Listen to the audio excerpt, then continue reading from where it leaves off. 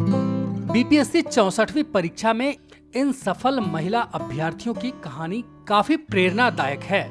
और ये सच है क्योंकि घर, परिवार और नौकरी के साथ बीपीएससी जैसे प्रतियोगी परीक्षा में सफलता प्राप्त करना कोई आसान काम नहीं है। और इन महिलाओं की संघर्ष की कहानी काफी हौसला देती है कि अगर आप भी ठान लो तो कोई भी बाधा सफलता का कदम नहीं रोक सकती।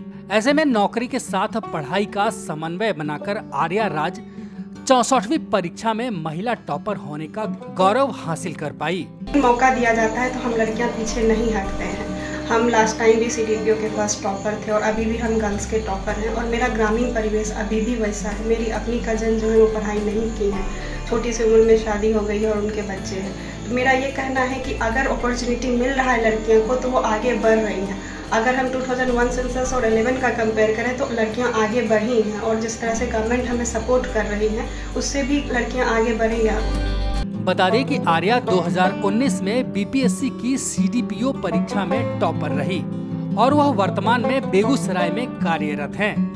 और उन्होंने बचपन से ही सिविल सेवा में जाने का लक्ष्य तय किया था और वर्ष 2009 में पटना के कृष्णा निकेतन से 10वीं पास करने के बाद नोट्रे डेम स्कूल से 12वीं पास की।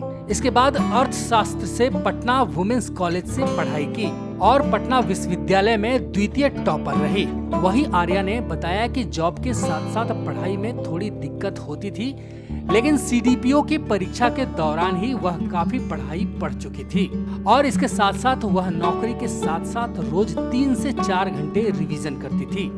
पढ़ाई का दौर बहुत ही मुश्किल ही रहा था क्योंकि मैं अपने गांव बरेटा से आती हूं जो खगड़िया में है और वहां पढ़ाई का माहौल एकदम ही नहीं है कह सकते हैं, क्योंकि सरकारी स्कूल्स हैं लेकिन उतनी अच्छी फैसिलिटीज़ नहीं है।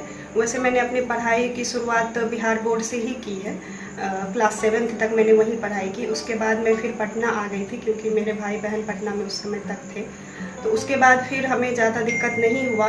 स्टार्टिंग में बहुत परेशानी हुई जब मैं हिंदी मीडियम से इंग्लिश मीडियम में शिफ्ट की थी। हिंदी को इंग्लिश में ट्रांसलेट करना, हिंदी मीडियम की बुक पढ़ना, फिर इंग्लिश मीडियम की बुक पढ़ना, वो सबसे चैलेंजिंग फेज़ था मेरा, इवन अभी से भी ज़्यादा।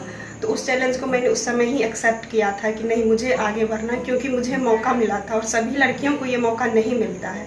मैं आज आगे बढ़ी हूँ तो मेरी चचेरी बहन, मेरी बहन, फूफेरी बहन, सभी लोग आगे बढ़ रहे हैं। नातेदार, रिश्तेदार, जो भी भांजी हैं, इनफैक्ट वो लोग आगे बढ़ रही हैं। पटना के ही अलग अलग स्कूल में पढ़ रही है, जेएनयू में पढ़ रही हैं। कहने का मतलब हमेशा मुझे लगता था कि मैं रिजल्ट दूंगी तो सभी लोग आगे आएंगे, तो इस मोटिवेशन से मैं हमेशा ही आगे बढ़ती रही। बीपीएससी 64वीं का परिणाम जारी हो चुका है और अब तक आप परीक्षा के टॉपरों से रूबरू हो चुके होंगे, लेकिन उनकी सफलता के पीछे जो कड़ी मेहनत छुपी है वो आपको जरूर देखनी और सुननी चाहिए।